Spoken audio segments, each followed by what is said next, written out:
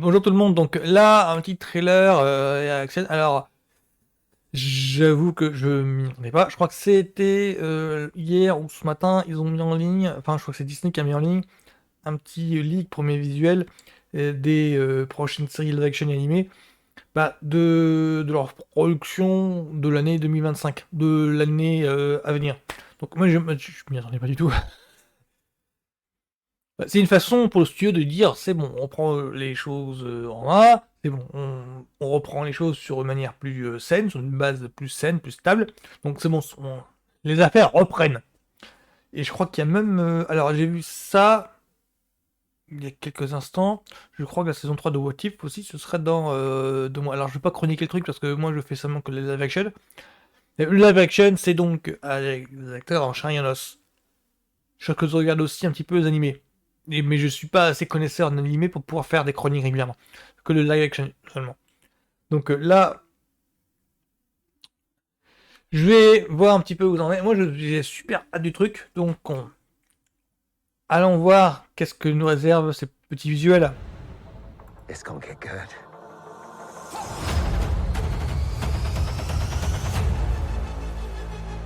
It's been some time, hasn't it?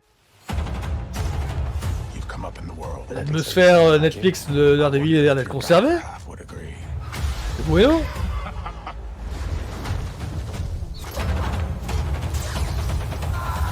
Exactly what kind of a lawyer are you? A really good one. Ça va trop. Miss me. Oh! I want to build something undeniable. Anyone who's ever accomplished anything iconic in life Ah, pas mal. has had to do some questionable things to get it done. Oh, ça me tend bien, ça, du coup. For an What if? adventure. Ah, ouais. The battle they will sing about for ages.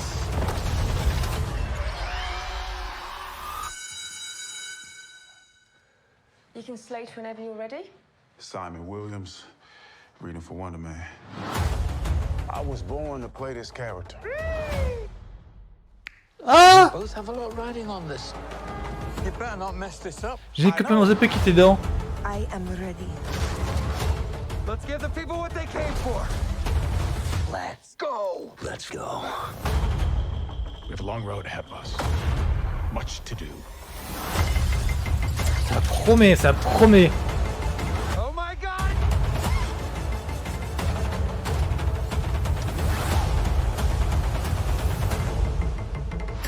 Ah bah ça promet.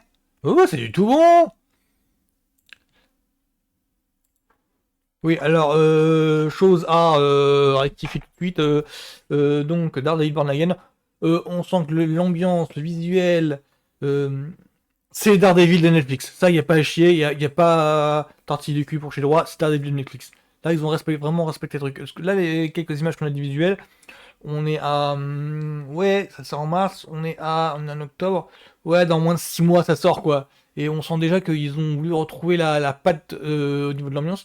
Au niveau de. Parce qu'on voit quelques cascades déjà, qui un budget de Netflix n'était pas du tout dans le. Les budgets Netflix ne permettaient pas de dans les cascades. Et là, il y a 2-3 plans qui étaient infaisables avec Netflix. Et je parle même pas de la charte graphique où là c'est carrément du.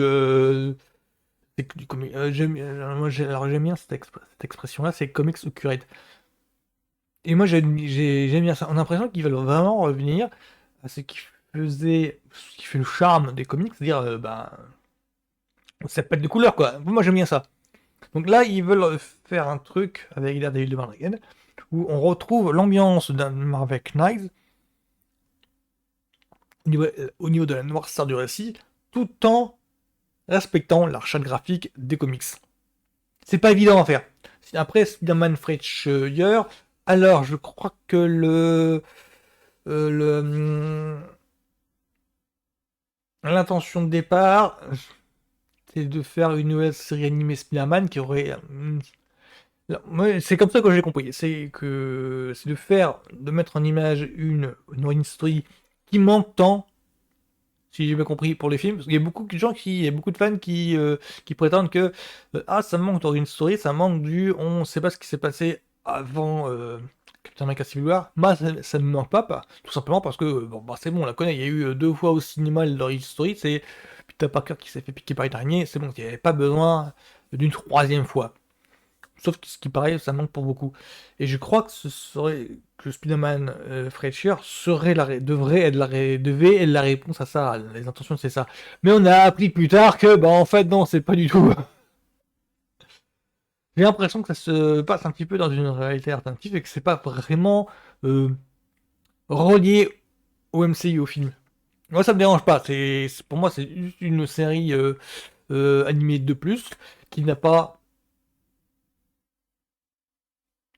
vocation à apporter un background au Spider-Man de Tom Holland.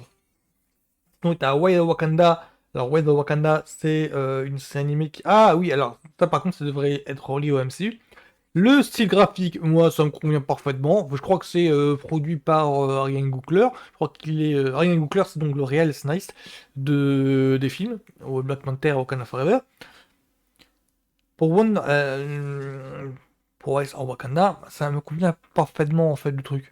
Mais j'ai vraiment l'impression que Marvel Studios essaye de vraiment de développer, parce qu'ils sont en retard sur ça par rapport par rapport à DC Warner, un département animation qui leur manque tant. Parce qu'au niveau des films, c'est bon, c'est ils ne peuvent plus faire plus que ce qu'ils font actuellement. Au niveau de la série télé, bah, ils sont en train de découvrir le truc sur le tas, quoi. La preuve, ce qui s'est passé entre Netflix et ABC, Agents of Shield, puis le Defenders, et puis maintenant avec Disney+. Et pour tout ce qui est animation, je crois que c'est un petit peu le parent pauvre de Marvel Entertainment. Avant, ils externalisaient tout. Avant, ils faisaient appel à des compagnies externes. Parce que je me souviens des interviews de John Sumper qui s'occupait de Spider-Man 94, si je ne me trompe pas, enfin, en tout cas de la série Spider-Man des années 90.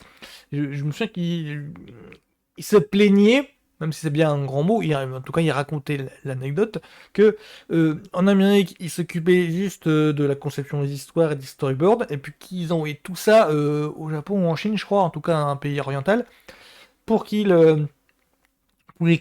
travaillent l'animation. Pour expliquer pourquoi est-ce que au niveau des histoires et au niveau des easter eggs, c'est tellement empreint de culture américaine, alors que pourquoi à l'image, ça reste... Le Spider-Man avait tant de faux airs avec des séries japonaises de genre manga. Le manga animé de l'époque. C'est pour expliquer ça. Là, j'ai l'impression que Marvel a retenu la leçon et que veut centraliser tout. Qu'est-ce qu'il y a encore comme truc Wonder Woman, il y a Wonder Man ou... Alors, je suis surpris que Ben Kingsley, j'aurais peut-être pas dû...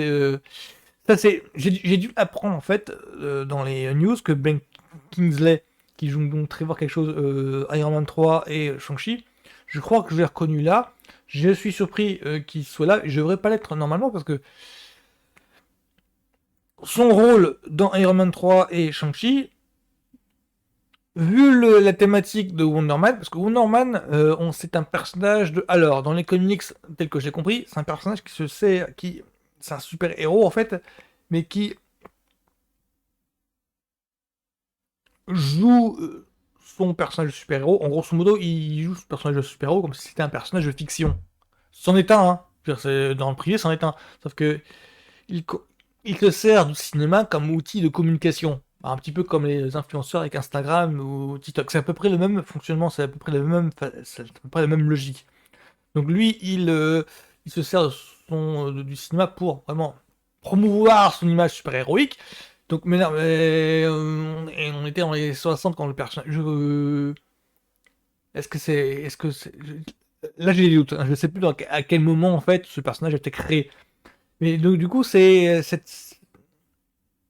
cette logique-là, de voir comment ce personnage-là va être adapté de nos jours. Vu que maintenant, bah, cette logique-là, il aurait pu carrément la passer en mode Instagram ou TikTok, il a plus besoin du cinoche. Donc ce serait intéressant de voir comment ça va être tourné. Parce que je crois que ça va être dans le même ton. Alors, je crois que Wonder Man devrait être dans le même ton que She-Hulk, si j'en crois les scoopers. et que Ironheart, petite surprise aussi, Ironheart devrait être dans le même taux que Miss Marvel. Donc, du coup, Ironheart, ça est promis à rejoindre le projet Young Avengers. Mais là, ça me plaît bien parce que là, j'ai l'impression qu'il y a plusieurs fils rouges qui sont en train de s'étendre. Vraiment, il y a plusieurs projets qui se répondent l'un à l'autre. Daredevil Born Again répond à Echo et devrait aussi teaser quelque chose, parce qu'il y a une saison 2 qui est déjà en tournage. Ironheart répond à Miss Marvel et répond aussi donc à Hawkeye, vu le personnage de Casey Steinfeld, je ne sais plus comment... Si c'est Katy Steinfeld qui joue le rôle de la successrice... de la successeuse, bah, celle qui prend la suite, la remplaçante de Hawkeye. Et Wonder Man devrait répondre à She-Hulk. Donc on va voir plusieurs fils rouges en fait cet endroit. Donc voilà, moi je suis hyper hype pour tous les projets. Il y a donc 3 séries live action à mon avis que je vais chroniquer là, dans les prochains jours. Et quelques séries animées où je vais devoir me mettre à ravage. Parce qu'il y a en série animée, il faut que je regarde I Am Groot, qui est donc le projet animé qui me manque. Sinon après What If, j'ai regardé, je suis... alors dessus. Donc il y a What If et Marvel Zombie. Marvel Zombie qui est donc la première spin-off à What If, dans le sens où dans What If on a vu une dimension où, alors, ça pourrait expliquer un petit peu le Marvel Zombie, où on a vu une dimension où on voit donc les super-héros Marvel, genre Captain America, Iron Man et compagnie, devenir des zombies. Je vous dis pas le pourquoi et comment, mais grosso modo c'est... c'est 28 jours plus tard, mais là, c'est un mixte entre les films de Romero, Walking Dead, et Marvel. Grosso modo, le concept, c'est ça. C'est imaginer tous les super-héros du monde qui ont tourné zombies. C'est ça, un petit peu ça. Donc Marvel Zombie, on avait représenterait une série sur ça, en fait, alors que c'était déjà un petit peu teasé dans What If. C'est pour ça que je dis que c'est... Marvel Zombie, ça sera la première spin-off à What If.